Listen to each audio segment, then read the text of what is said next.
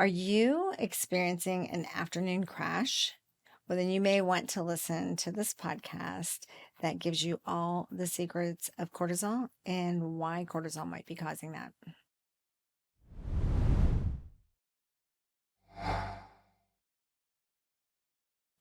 Welcome back to the podcast with me, your host, Dr. Debra Durst, and my co-host. Hey guys, Faraday Goli, family nurse practitioner here at Revitalize MD, and today we are going to talk about cortisol. Yes, the good, What bad, it is, the and good, the ugly. bad, the ugly. Yep. Yep, and there's lots of misinformation out there, or people get confused, and even I have gotten confused over years, with what cortisol is and is it fatigue or, is it an overactive? There's all kinds of information out there. So we're just going to break it down as simplistically as we can, right? Yep. And so cortisol, what is it? So if you look at your brain, your adrenal gland, or your brain, which has the hypothalamus and the pituitary, and then your adrenal gland, those are the three, and it's called the HPA axis, which means it's the hypothalamus and the pituitary in the brain that are communicating with the adrenal gland, and they basically regulate a lot of different hormones. And so that cortisol pathway comes from there with adrenal gland producing the final hormone of cortisol. And so, again, if you look at cortisol production, it spikes in the morning when people get up. And so, as soon as you wake, you get stress because it's a stress hormone. And so, the fight or flight hormone or stress, you want that. It's normal. It's a normal part of your daily hormonal and circadian rhythm, but you don't want it prolonged. And so that's where the myth comes in. So people think about cortisol, or they'll talk about it with workouts, and then it's confusing because you don't want too much of it. So we're going It's to break out. important. Yes, it's an important We hormone. need it. I think that's where we really get lost when we talk about cortisol. Cortisol is always talked about so negatively. It's always the bad guy, right? Cortisol is making me fat. Cortisol is making all this stress. It's all bad, but it's necessary for metabolic function and blood sugar. And we need cortisol to be healthy. We just don't want excessive amounts. Like you said, we don't want it to stay high chronically. But cortisol really should spike and then decline throughout the day. And at bedtime should drop back down and then should drop while we're sleeping and then spike again when we wake up. That is a normal, healthy rhythm. What we don't want to see is cortisol that spikes and stays elevated or never spikes in the morning and doesn't spike until nighttime. Yes. Or that has spikes throughout the day, like too much. Like you're going to have little spikes of cortisol depending on what you're doing. And sometimes that is something that you want. But what we'll say is, yes, cortisol is like vital to like how our body functions. Yes. Immunity, memory, sleep. Yes. I mean, it's so important. And, blood sugar regulation, metabolism, all of that. But cortisol is meant to be a short-lived, and it's meant to have patterns. And so if the patterns aren't standardized or, consistent with your circadian rhythm, those patterns aren't normal, then that would be abnormal. Or if you have prolonged cortisol, it means you have too much stress. And so that's not normal. So those are the bad ones. So in short term, yes, you need it. And it's helpful. It gets your blood sugar going, your heart rate up, your blood pressure up. So if you're looking at the lion, your cortisol is going up, and so is your epinephrine. Everything And about you're running. the adrenal gland is revved up to get the hell out of there, right? Yeah. And so, but you're not, that lion isn't going to be chasing you for long because it's either got distracted or you're dead. And so the cortisol is not meant to be like sustained. And so it should go back down. Like all of a sudden you're able to relax, right? Because the lion just went and ate your friend. But like you lived random tangents, but okay. You relaxed. So anyhow, but I think that basically you're meant to come back down and stay down for the rest of the evening. And eating also does basically spike your cortisol too. And so if you eat too late in the day, in the evening, then your cortisol will spike, and that's an unnecessary thing. So you don't want that before sleep either. So let's talk about what are some side effects of cortisol that remains too elevated for too long. So yeah, let's talk about that. I think that is, one of the things you're going to do is with increased cortisol is that you get a weight gain. overall. Like, and Especially so, belly and midline. especially belly, your blood sugar isn't regulated. You're going to gain fat. Your blood pressure is going to be up. Mm. Your immune function is poor. Your brain function's poor. You don't sleep well, right? And Are you can there have any mood other ones? changes. Yeah. Yeah. Mood changes is another one that plays a role. If you just think about cortisol and increased stress, you're going to gain weight. And you're right, more around the belly than anything else. Yeah. And so when you have that weight gain around the belly, then that's a sign that something's happening in your body. And cortisol can be that thing that's elevating and causing an issue. I think it's important also to note that it's not what else it's working on is even some of the other pathways in the body like DHEA. And that's something that we will go into more in depth on a different podcast, in the relationship between DHEA and cortisol and how that affects hormones.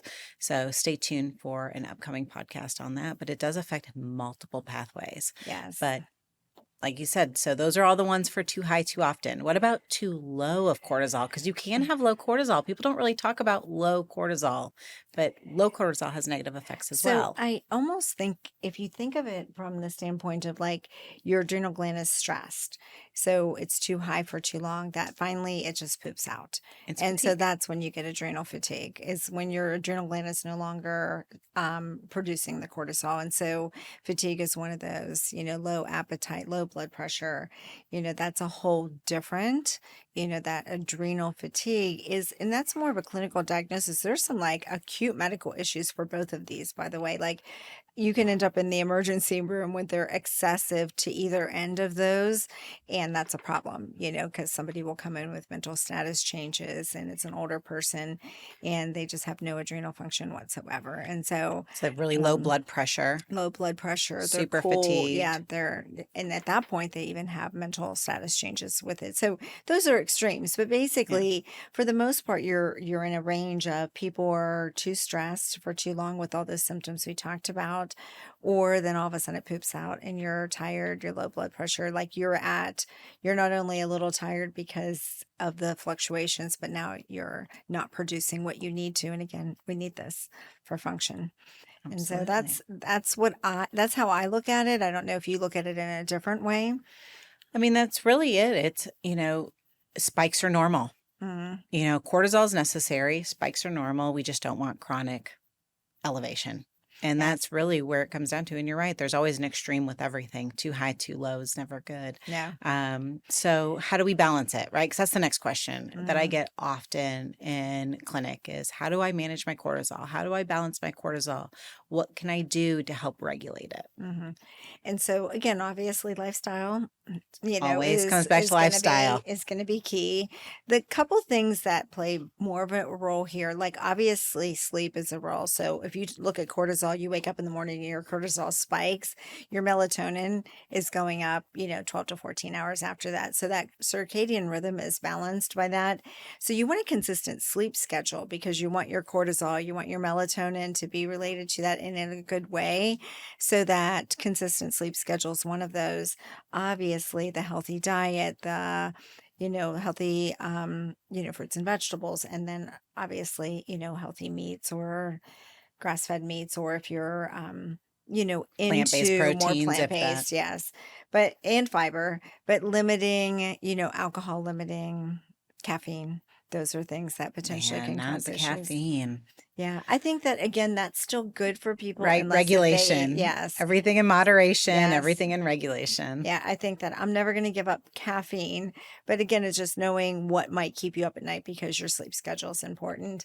Yeah. And then exercising, but not too much. That's a difference with this than maybe other things that we talk Yeah. about when it comes to lifestyle, because too much can stress your body. And so that you also And don't want. perpetuate that Mhm. increased cortisol. Yeah. And so when you're talking about short spikes, that's what you want. So you want to put a stress on your body so you have a stress response. But if you're going to do that for an hour and a half, then it might be too much. So you want to do that and then give your body the rest. Like we talked about, like if you have something very, dangerous approaching you, you want that short spike, but then you want to be able to eliminate that after and then let that decrease. And the same thing with exercise. So spike it, get the cortisol up, but then do an equal amount of relaxing after. What about adaptogens? Yeah, That's kind of like a new keyword. We hear a lot about adaptogens. There's drinks now that have adaptogens in it. There are supplements over the counter. I feel like it's kind of been a hot word that has yeah. come up Yeah, recently. and I think that again, I agree. I love adaptogens. Me Like too. I've used them all the time on patients, and I use them myself too. Me too. And just earlier today, you saw me with again a dropper of like cordyceps, which was a supplement, and again, it's in the mushroom family that it's just an herbal adaptogen, but it's one of them. So I think adaptogens I look at as you have an adrenal gland that's not functioning correctly. And so you basically might have it that it's hyperactive or it may be adrenal fatigue, but adaptogens are going to give your body back what it needs, your adrenal gland back what it needs, support it where it is. And there's different types of adaptogens. So there are energizing adaptogens, and there's a couple of them that we can talk about. So those can actually increase potentially your blood pressure, but also increase that energy. And so, but then there are calming adaptogens. So if you are stressed, wired and tired, which is the stress version of, a hyperactive adrenal gland, then you want something that's calming. There's So a those are the great way I product look at called them. Catacalm through Yes. Designs for Health. And those are adaptogens that are meant for that wired mode, just to calm everything down. And that one does do a great job It's of calming people. fantastic. Yeah. And then the other one is like Adrenatone that we'll use where it's again going to actually be more of a stimulant type one versus the catechol. And so I think they're different ones that do different things, but they can reduce and ashwagandha is a common one in there. And those adaptogens, which are herbs, can reduce it, 30 to 35%. Yeah. And so that's a significant And that was a reduction of study cortisol. specifically on ashwagandha. It was looking Mhm. at 300 to 600 milligrams a day of ashwagandha root extract for 60 days, and serum cortisol levels dropped 25 to 30% in Yeah. that study. It was a smaller study, like they always are with supplements, Yeah. but that's a huge reduction. Yes. Yeah. Well, and I think that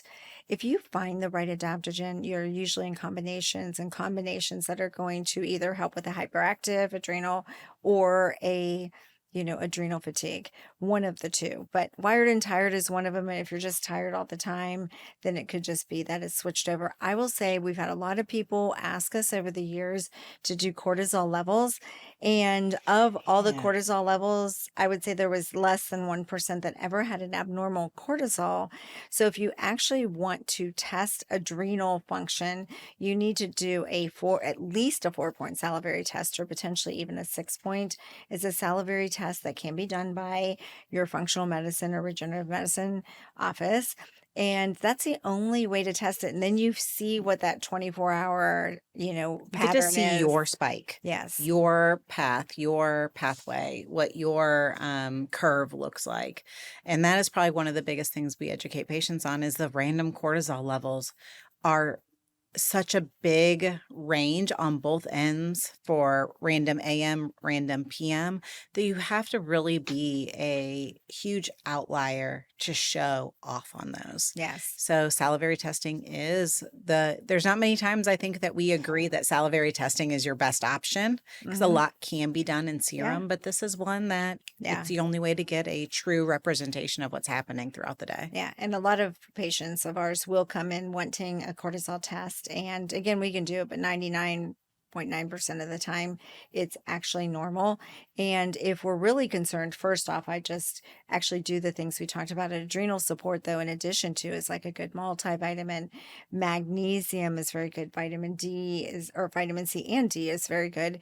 And then doing an adaptogen to support. So there's things you can do before you ever got to a salivary testing, because those are most of the time what we're doing after a salivary testing. Yeah. But the extreme would be adrenal fatigue. And then all of a sudden you're needing some, steroid support there for a short period of time.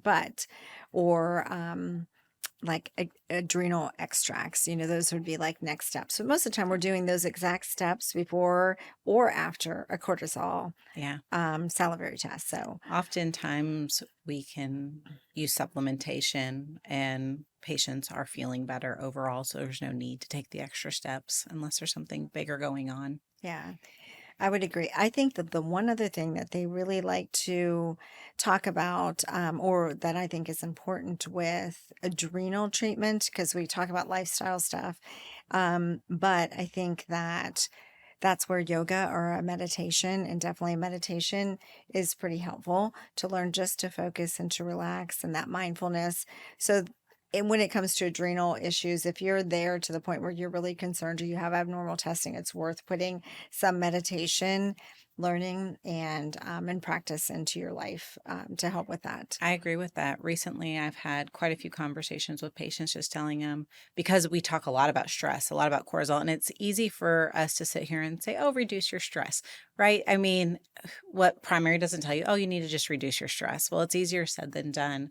I've even been telling patients, if you don't meditate, if you don't do yoga, take 20 minutes a day just for you. Do something you love that fills your cup, that brings you happiness, just to help manage stress. Mm-hmm. Just something for yourself. Even if you're like, the meditation thing's not for me. I don't want to go to yoga. I don't want to sit there still and do breath work for 20 minutes. My brain goes everywhere else.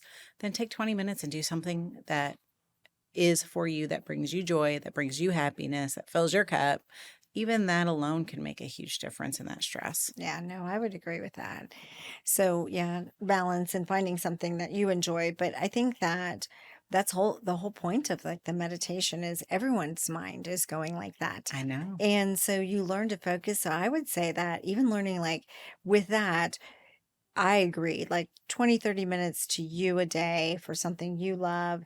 And if that's working out, that's even better because that's right there with the lifestyle goals. But I think that even if you started with 1 minute of a meditation where you're working on some breath and some focus, does help you focus and does help that racing that we all have, right? And so I don't think anybody doesn't have that. That could probably, but some people have it worse than others, obviously, and that's why they end up having some adrenal issues. So I think, do think that makes a big difference.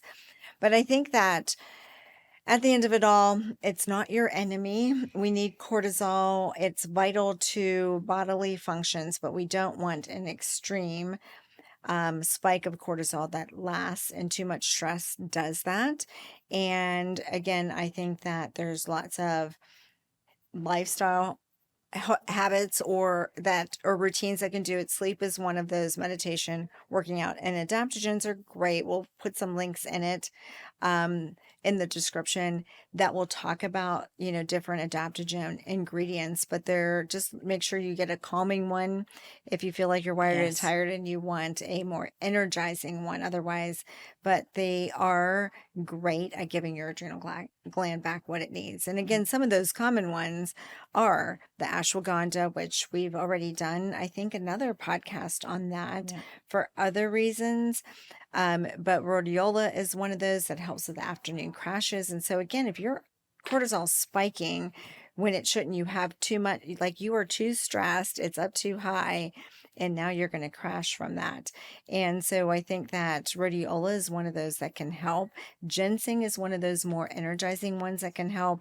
The reason why I like the cordyceps or the reishi mushroom one is I feel like that's good for inflammation and cortisol and lung function. I think that, like, again, if we have a lot of allergies in East Tennessee, if I start to feel those, then cordyceps is something that I'll try. So, and there's lots of blends that you can find that have it, but make sure it's calming versus energizing. Those would be my key takeaways. So let us know if there's anything else we haven't hit with cortisol, and anything that you've tried that has helped, or any, again, kind of symptoms or testing or something else that led to it that we haven't covered in this one, because it seems to be that it's all over social media and it's a hot topic. But it's also a lot of mixed information. So I'm not sure that I get a good takeaway from it. So let us know what you think about cortisol and your health. And let us know if there's anything else you want to dive into, because we are willing to deep dive into wellness or sexual wellness.